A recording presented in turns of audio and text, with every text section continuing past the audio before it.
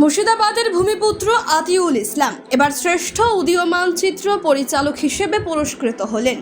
গত রবিবার 9 জুন 2024 কলকাতার নজরুল মঞ্চে অনুষ্ঠিত হলো বাংলার টেলি সিনে অ্যাওয়ার্ডস। এক ঝাঁক তারকা অভিনেতা, অভিনেত্রী, পরিচালক ও বাকি সৃজনশীল ব্যক্তিত্বদের এদিন পুরস্কার দিয়ে সম্মান প্রদান করলেন টেলি সিনে অ্যাওয়ার্ডসের টিম। তবে গর্বের বিষয় হলো মুর্শিদাবাদের ভূমিপুত্র আতিউল ইসলামকে এদিন শ্রেষ্ঠ উদীয়মান চিত্র পরিচালকের পুরস্কারে পুরস্কৃত করা হয়। গর্বের বিষয় হলো বিশিষ্ট পরিচালক কৌশিক গঙ্গোপাধ্যায় থেকে শুরু করে গৌতম ঘোষ, বিশিষ্ট অভিনেতা প্রসেনজিৎ চট্টোপাধ্যায় থেকে শুরু করে শাশ্বত চট্টোপাধ্যায়, অঙ্কুশ হাজরা, আবির চট্টোপাধ্যায় ও আরও অনেক বিশিষ্ট তারকাদের সামনে আতিউল ইসলামকে এই পুরস্কার প্রদান করা হয়। এদিন পুরস্কার পেয়ে বেশ আনন্দিত পরিচালক নিজে। দীর্ঘ 10 বছরের বিনোদন জগতের সাথে যুক্ত থেকে প্রায় 5টা ছবি নির্দেশনা করে। বহু জায়গা থেকে বহু সম্মান পেয়েও কোথাও যেন অ্যাচিভমেন্টের খিদে আরও বেড়ে গেছিল পরিচালকদের মধ্যে। তবে তার সোশ্যাল মিডিয়া হ্যান্ডেল থেকে আমরা জানতে পারি তিনি এই পুরস্কার পেয়ে ভীষণই আবেগপ্রবণ। তিনি তার একটি পোস্টে লিখেছেন, সাফল্যের আরেকটা ধাপে পদার্পণ করে আজ যেন আবেগপূর্ণ হয়ে যাচ্ছি বারবার। একদিন বোকা বাক্সের 4 চৌকা ফ্রেমে যখন সমস্ত রথী মহারথীদের দেখতাম পুরস্কার গ্রহণ করতে, তখন ভেতর ভেতর একটা স্বপ্ন বুনে ফেলতাম, একদিন ঠিক ওই জায়গা অবধি পৌঁছাবো।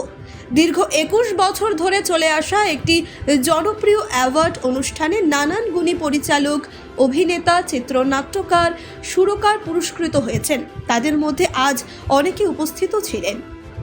ব্যুরো রিপোর্ট, চেতনা নিউজ। অ্যাওয়ার্ড পেয়ে তো সবারই ভালো লাগে। ফার্স্ট টাইম হচ্ছে টেলি সিনেমা প্রথম অ্যাওয়ার্ড পেলাম, টেলি সিনে অ্যাওয়ার্ড প্রথম পেলাম।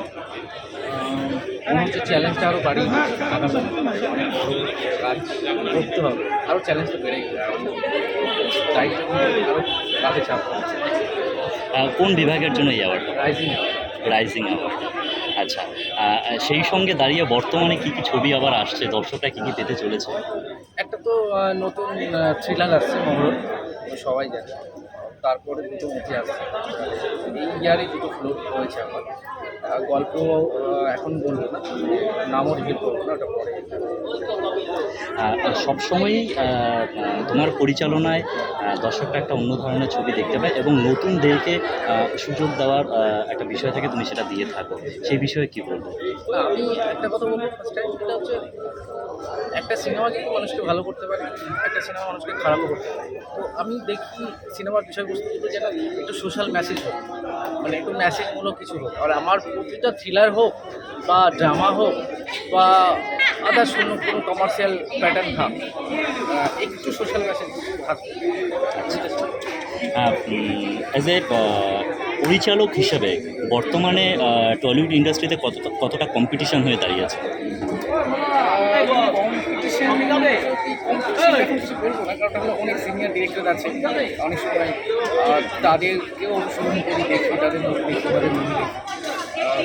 তো কম্পিটিশনটা ঠিক আমি এখন বলবো না, কম্পিটিশন ঠিক নয়, এটা তো সেই কিছু না। মানে উনি ওনার মতো, আমি আমার মতো, আরেকজন ডিরেক্টর তার মতো।